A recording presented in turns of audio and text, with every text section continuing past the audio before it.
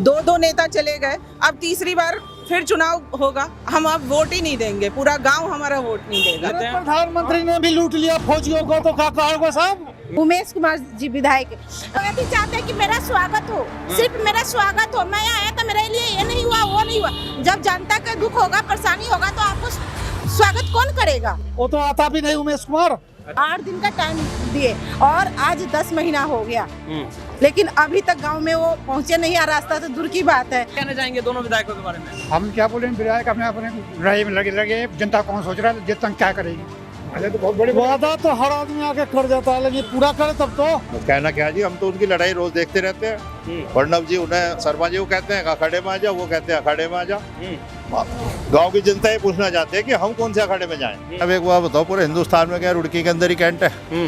मेरठ में नहीं है, आगरा में नहीं है, अम्बाला में नहीं है, देहरादून में नहीं है। एसडीएम साहब को यहाँ एसडीएम साहब कोर्ट के आदेश का पालन नहीं करा रहे। जो कि हमें 1 किलोमीटर का रास्ता था, वो हमें 10 किलोमीटर तय करना पड़ रहा है। हमारे गांव का रास्ता कोरोना कह के बंद कर दिया गया था और अभी तक नहीं खुला है। हम नमस्कार, स्वागत है आपका राही न्यूज में। मैं इस समय रुड़की तहसील में मौजूद हैं, जहां पे एसडीएम ऑफिस के बाहर बहुत सारे भंगेड़ी गांव के जो निवासी हैं वो यहां पे आ रखे हैं और वो आ रखे हैं अपनी रास्ते की समस्या को लेकर, जो पिछले कई सालों से रास्ता आर्मी ने रोक रखा है। जबकि वास्तविकता यह है कि वो गांव का रास्ता है, लेकिन आर्मी वालों ने वो रास्ता रोक लिया और वहां से गांव वालों को आने नहीं दिया जा रहा है। इसी समस्या को लेके एसडीएम ऑफिस आए तो जानते हैं। हमारे साथ यहाँ पे पदम सिंह रोड हैं, जो कि किसान यूनियन से हैं, और बहुत सारी महिलाएं भी हैं। क्या पूरी समस्या है जानते हैं इन्हीं की जुबानी। जी बहन जी, क्या नाम है आपका? मेरा नाम अंजनी देवी। आप एसडीएम महोदय के यहाँ पे आए हैं, क्या समस्या है आप? हमारे गांव का रास्ता कोरोना कह के बंद कर दिया गया था और अभी तक नहीं खुला है। हम लोग बहुत परेशानी में, हमारे गांव में कहीं भी जाने का रास्ता नहीं है हमारे लिए।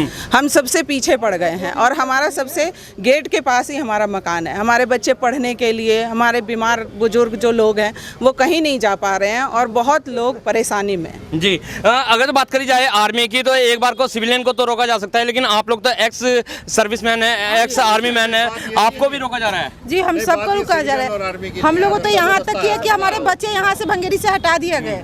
एक को बम्बे में नाम लिखवाए, एक को देहरादून में नाम लिखवाए। गेम खेलता है बच्चे, तो इसके बहुत परेशानी है। अब बुजुर्ग लोग को तो हद से ज्यादा परेशानी है। जो कि हमें 1 किलोमीटर का रास्ता था, वो हमें 10 किलोमीटर तय करना पड़ रहा है। रात बिरात इतना कष्ट हो रहा है जाने आने में, बहुत है। इतना तो प्रशासन हमारे लिए बना है, पुलिस हो या आर्मी हो, हमें ही कष्ट हो रहा है, तो फिर किस काम के है फौजो? जी, प्रशासन हमारे लिए बना है तो हमें ही कष्ट हो रहा है, फिर किस काम के? यहाँ पे हमारे साथ पदम सिंह रोड है, जो कि किसान यूनियन के लीडर हैं, वो भी इन लोगों के साथ आए हैं। क्या पूरा मामला है इनका? जो मामला लड़कियों ने बताया, वहाँ से जो एक दिसंबर गेट था वो कोरोना काल कह के न बंद कर दिया गया, एक झांसा देकर, और उसे कह जी तो अभी खोल देंगे, कोरोना काल चल रहा है इसलिए कर देंगे। ये उस दिन से उन्होंने वो गेट नहीं खोला और इन बच्चों को वहाँ से 8 किलोमीटर घूम के आना पड़ रहा है। अगर कोई बीमार है या विकलांग हो, कैसा 8 किलोमीटर घूम के आएगा भाई? और इन्होंने बहाने यही चला रहे। लिखित में भी इन्होंने दे रखा है, हमने समझौते में रास्ता है। अच्छा, ये रास्ते का विवाद तो पिछले कई सालों से चल रहा है, 4 साल करीब हो गए हैं। और जो रास्ता था पहले, जो गुरुद्वारा था उस तरफ से जाता था, लेकिन इन्होंने फिर ढंडेरे की तरफ से दे दिया था। उस पर डीएम साहब भी आए थे और बहुत सारे शासन प्रशासन के लोग भी आए थे। आपस में आर्मी के अफसरों की भी बात हुई थी, तो निष्कर्ष निकला ये सब बराबर बात चल रही है। एसडीएम साहब के यहाँ मुकदमा चला 133 का, उसमें एसडीएम साहब के यहाँ हम जीत गए थे। फिर ये जिला जज के यहाँ गए हरिद्वार, अपर जिला जज के यहाँ, उसके यहाँ से भी आ रही हमारे आदमी जीत गए, और फिर भी यहाँ से रास्ता नहीं खोल पा रहे। यहाँ एसडीएम कोर्ट के आदेश का पालन कराना चाहा एसडीएम साहब को, यहाँ एसडीएम साहब कोर्ट के आदेश का पालन नहीं करा रहे। उन्हें क्यों मौका दिया जा रहा है हाई कोर्ट जाने का? तो तत्काल जब कोर्ट ने कोई आदेश कर दिया, पालन कराएगा उसका। और उन पर और भी अगर वहाँ ग्राम समाज की जमीन है, वह भी उन्होंने अपने अंडर में कब्जा रखी।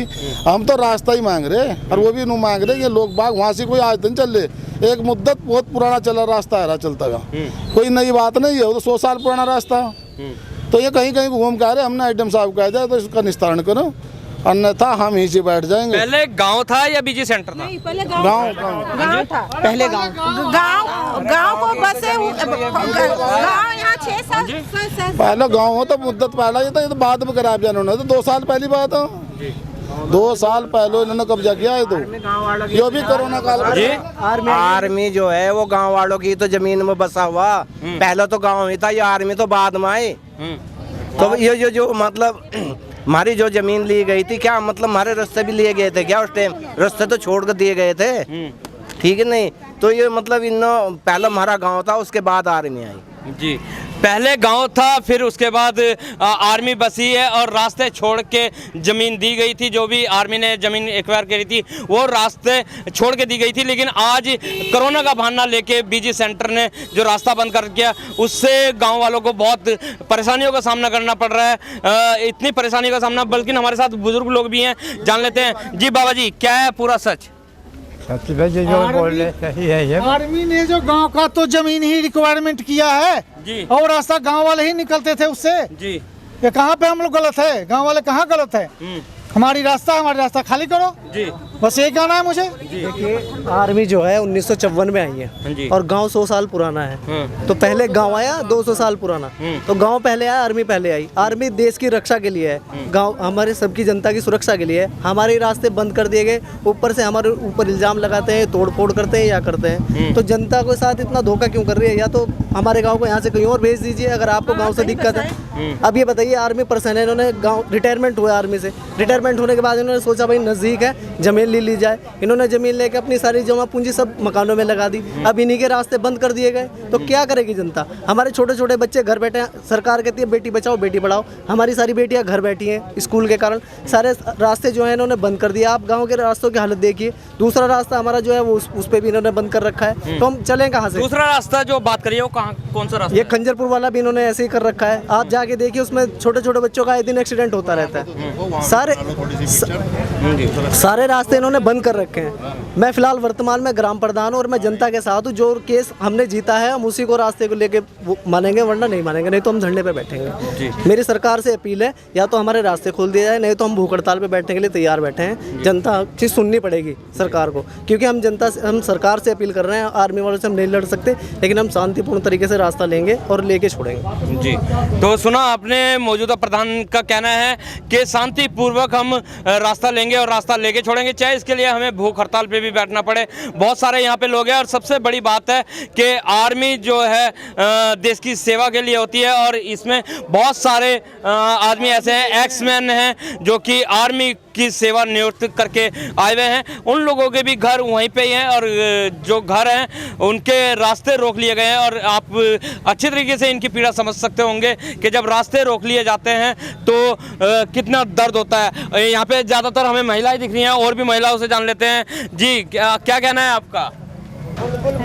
हमें रास्ता चाहिए, रास्ता खोल दो हमारा, और कुछ नहीं चाहिए। हमें कोई लड़ाई नहीं, झगड़ा नहीं, हमें बिना ये शांतिपूर्वक हमें रास्ता चाहिए। शांतिपूर्वक रास्ता चाहिए, बहुत सारे लोगों का कहना है। लेकिन अध्यक्ष जी, आपके पास एक बार फिर आ रहे हैं कि कहीं ना कहीं जो आर्मी है सुरक्षा की दृष्टि से रास्ते वगैरह बंद करती हैं, तो यहाँ पे क्या ऐसा खतरा नजर आ रहा है सेना को? नहीं यार, देख सुनो भाई, जी आप ही दे दीजिए। भाई साहब एक बात बताओ, पूरे हिंदुस्तान में क्या रुड़की के अंदर ही कैंट है? मेरठ में नहीं है, आगरा में नहीं है, अंबाला में नहीं है, देहरादून में नहीं है, कहाँ कहाँ छावनी नहीं है, आप हमें ये बताएं। और कहाँ कहाँ के रास्ते बंद हैं, हमें ये बताएं। धामी सरकार भी तो खुद एक एक्स सर्विसमैन के जो है बेटे हैं, उन्हें सोचना चाहिए इस बारे में। ये केंद्र सरकार के गडकरी साहब जो इतनी रोडें बना रहे हैं, फायदा क्या हो रहा है उसका, जब गाँव ही मेन रोड से काट दिए गए हैं? क्या लाभ हो रहा है हमें इसका? अच्छा, मेन रोड की बात आ जाती है तो जो खंजरपुर से मेन रोड जा रही है भंगेड़ी, जो कि और भी गांवों को जोड़ती है, टोटा जलालपुर है, कल्याणपुर है, वो रोड की भी तो हालत बहुत ज़्यादा खराब है। सर जी आइए, आपकी भारत सरकार ने ये वंदे भारत एक्सप्रेस गाड़ी चलाई है। अगर इस पर हमें बैठना हो तो हमें सिर्फ मात्र 1 किलोमीटर चल के हम इसमें बैठ सकते हैं। अभी हमें कम से कम 15 किलोमीटर जाना पड़ता है। और उन हालत रास्ता की ये है कि आप एक बार आए, खुद देखे, तब आपको पता लगेगा रास्ते कैसे हों। आए दिन रोज वहाँ पे रोज बच्चे गिर रहे हैं, चोट लग रही है, बुजुर्ग तो घर से निकलना बंद कर दिया। जी बताएं। तो सुना आपने कि रोड इतनी खस्ता हालत में है कि रोज दिन बच्चे जो जाते हैं, और साथ ही आपको बता देते हैं कि वहीं पे केंद्रीय विद्यालय है, जो कि अधिकतर एक्समैन के जो बच्चे हैं वो केंद्रीय विद्यालय में पढ़ते हैं और आए दिन चोटिले भी होते हैं। बहुत सारी महिलाएं हैं लेकिन नहीं बोल पा रही हैं कैमरे में, लेकिन आप देख सकते हैं कि जब सारी यहाँ पे इकट्ठी होकर आई हैं तो कहीं ना कहीं इनका दर्द बहुत बड़ा है। तो राही न्यूज़ के माध्यम से हम भी चाहेंगे कि इनके रास्ते खुलाए जाएं और कोई ना कोई निष्कर्ष निकला जाए। इसी बात में भाई साहब, अगर जो आपने बताया है कि रोड की जो हालत है वो बहुत ज्यादा खस्ता है, लेकिन अगर जो बात करी जाए भंगेड़ी गांव की तो खानपुर विधानसभा में आता है पूर्व विधायक भी अपने आप को विकास पुरुष बोलते हैं, और अभी जो वर्तमान विधायक हुए हैं उमेश जी, वो भी विकास कार्य में अपना गिनती करवाते हैं। तो क्या कहना है आपका? बस कहना क्या जी, हम तो उनकी लड़ाई रोज देखते रहते हैं। प्रणव जी उन्हें शर्मा जी को कहते हैं अखाड़े में आ जाओ, वो कहते हैं अखाड़े में आ जाओ। गांव की जनता ये पूछना चाहते हैं कि हम कौन से अखाड़े में जाएं। दोनों विधायक आपस में लड़ रहे हैं, किस बात का विकास कर रहे हो, कहाँ हो रहा है विकास? टोटा, कल्याणपुर, खंजरपुर, भंगेड़ी, जलालपुर, दुर्गा कॉलोनी, इनके रास्ते देखे कभी कोई से विधायक ने आके? लेकिन जब ये दोनों जी ने वादा किया था कि इलेक्शन के तुरंत बाद में जो है गेट खुलवाऊंगा। जी उमेश कुमार जी विधायक, उन्होंने बोले कि हमने जीते कुर्सी पर बाद में बैठेंगे, पहले गांव का रास्ता क्लियर करेंगे। उस दिन के बाद आज तक वो गाँव में नहीं आए। टाइम दिए, उस दिन के बाद आज तक वो गाँव में नहीं आए। 8 दिन का टाइम दिए और आज 10 महीना हो गया, लेकिन अभी तक गांव में वो पहुंचे नहीं। रास्ता तो दूर की बात है, हमारे कोई भी। और जैसे विकास पुरुष बोले जाते हैं प्रणव सिंह, उनके द्वारा कोई कुछ नहीं किया है, कोई कुछ नहीं किया। जी आप क्या कहना चाहेंगे दोनों विधायकों के बारे में? हम क्या बोले, विधायक अपने अपने लड़ाई में लगे। जनता कौन सोच रहा है जनता क्या करेगी? कोई नहीं सोचता, जनता के बारे में कौन पूछता है। एक बार जीत के चले गए। लेकिन चुनाव में तो वादे करे थे बड़े बड़े। तो बहुत बड़े वादा तो हर आदमी आके कर जाता है, लेकिन पूरा करे तब तो दिखाई तो दे, दर्शन तो हो। दर्शन तो हो, वो तो आता भी नहीं उमेश कुमार अच्छा, देखने के लिए, पूछने के लिए भाई यार आज कहाँ चल रहे हो। वो यदि चाहते हैं कि मेरा स्वागत हो, सिर्फ मेरा स्वागत हो, मैं आया तो मेरे लिए ये नहीं हुआ, वो नहीं हुआ। जब जनता का दुख होगा, परेशानी होगा तो आपको स्वागत कौन करेगा? हम नेता पे विश्वास करके उन्हें वोट देते हैं कि अगली बार हमारा कुछ अच्छा होगा, पर हमारा कभी भी अच्छा नहीं हुआ है।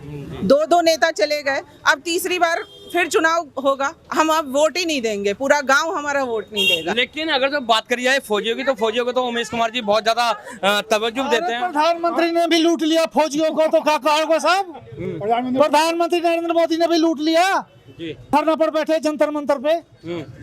क्यों, क्या बात हुई जो जंतर मंतर पे धरने पे बैठे? वो तो अपने मांग है ना, वो आरोपी का मांग लेकर बैठे हुए हैं, तो जंतर मंतर पे बैठे हुए हैं। वो तो उसने भी लूट लिया। लूटा किसने नहीं, जनता को तो सब लूटते हैं, नीचे से लेकर ऊपर तक लूटते ही रहते हैं। तो सुना आपने कि नीचे से लेके ऊपर तक लूटते ही रहते हैं। ये एक बहुत बड़ी विडंबना है, क्योंकि चुनाव के टाइम पे तो नेता लोग आ जाते हैं और बड़े बड़े वादे करते हैं, लेकिन जैसे ही चुनाव खत्म होता है, जीत जाते हैं, तो वादे कहीं ना कहीं ध्वस्त नजर आते हैं। इसी के साथ बने रहिए राय न्यूज में, मिलते हैं आपसे इसी तरीके की खबरों के साथ। जब तक के लिए दीजिए इजाजत। जय हिंद, जय भारत, जय उत्तराखंड।